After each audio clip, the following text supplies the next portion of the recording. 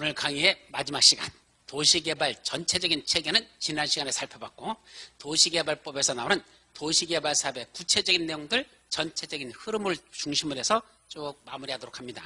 자, 첫 번째, 뭐부터 한다 그랬죠? 신도시를 만들려면 여기를 어떤 식으로 개발하면 좋을까? 서울특별시 강서구 이 마곡지구를 어떻게 개발하면 좋겠다? 이런 식으로 개발하면 좋겠다고 도시개발구역을 지정해야 되는데, 원칙적으로 구역을 지정하기 전에 먼저 어떻게 여기를 개발하면 좋겠는지 이 그림을 그려본다 그랬습니다. 이 그림을 뭐라 부른다? 우리 줄여서 개발계획을 한다. 그래서 제일 먼저 할 일 개발계획을 수립합니다. 즉 이렇게 돼 있던 지역을 싹 검은개고 이렇게 만들었으면 좋겠다라는 계획이죠. 누가 수립할까요? 원칙적으로 도시개발구역 지정권자들이 수립합니다. 자, 그럼 구역은 누가 지정할까? 서울에서는 서울특별시장이 지정합니다. 인천에서는 인천광역시장이 지정합니다. 제주도에서는 제주특별자치도시가 지정합니다.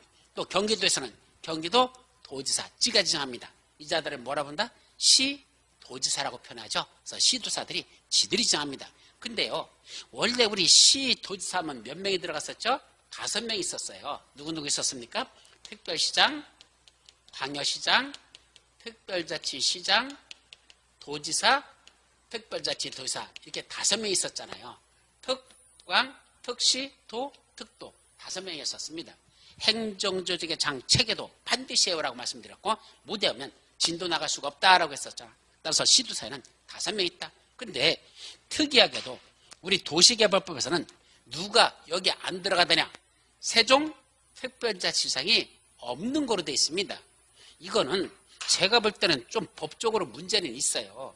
세종시는 신도시 만들어진 지 얼마 안 되니까 새로 안 만들 거다 해서 안 들어갔는지 모르겠지만 의미적으로는 시도사 하려면 들어가야죠. 굳이 세종시를 뺄 이유는 없습니다. 그런데 어쨌든 현재로서는 세종특별자치시장이 우리 도시개발법에서는 들어있지 않다라는 거. 그러나 들어있다고 생각하고 여러분들이 보셔도 무방하다. 어쨌든 시도사는 몇 명 있는데 5명이 들어있는데 현재 도시개발법에서는 세종특별자치시장은 빠져있다는 거. 자, 이 사람들이 원래는 도시개발의 지정권자이고 이 자들이 마곡지구에다가 신도시를 어떻게 개발할 것인지 지들이 개발계획을 수립합니다.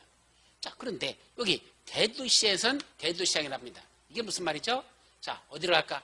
우리 도로 내려가죠.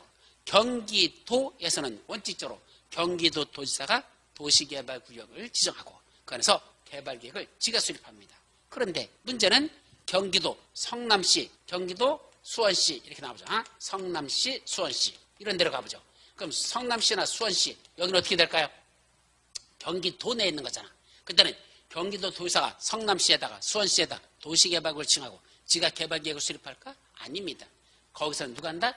대도시에서는 대도시장. 이 자들이 직접 자기들이 인구 50만 명 이상 되죠? 자기들이 도시개발구역을 지정하고 자기들이 도시개발계획을 지들이 수립한다 이 뜻입니다. 결국 원래는 시도지사들이 도시개발구역을 지정하고 지들이 개발계획을 수립하는데 예외적으로 대도시에서는 도지사 밑에 있는 인구가 50만 명 이상 되는 시에서는 대도시장들 지들이 직접 도시개발구역을 지정한다는 것 그렇게 기억하고 지들이 개발계획을 수립한다. 그래서 원래는 시도사인데 다만 대도시에서는 대도시장이 수립권자다 이렇게 정리하라는 얘기입니다.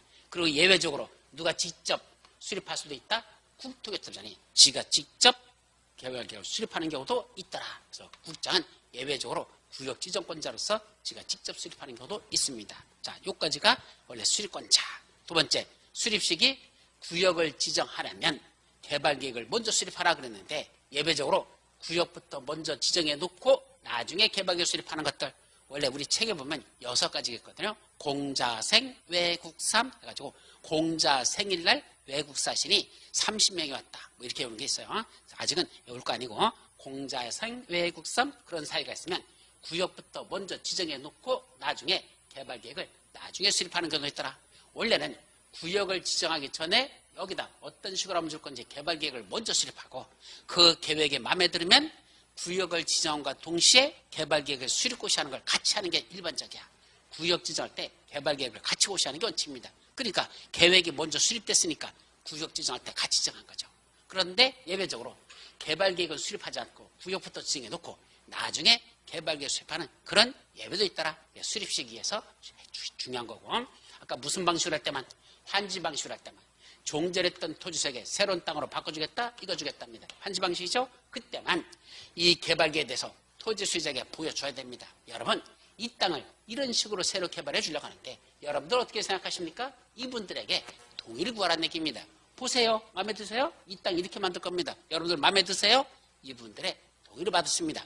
토지 면적 3분의 2 이상의 토지 수익자의 동의와 토지사 총수 2분의 3개의 동의를 받아라. 그런 동의 요건이 당겼더라. 다만 국가나 지방자치단체 같은 행정청이 사업을 시행한다면 여러분들 동의 안 받아도 된대요. 국가나 지방자치단체가 사업을 시행할 때는 여러분들의 동의가 필요 없다는 그런 싸가지 없는 규정도 있는데 그건 나중에 정리하죠.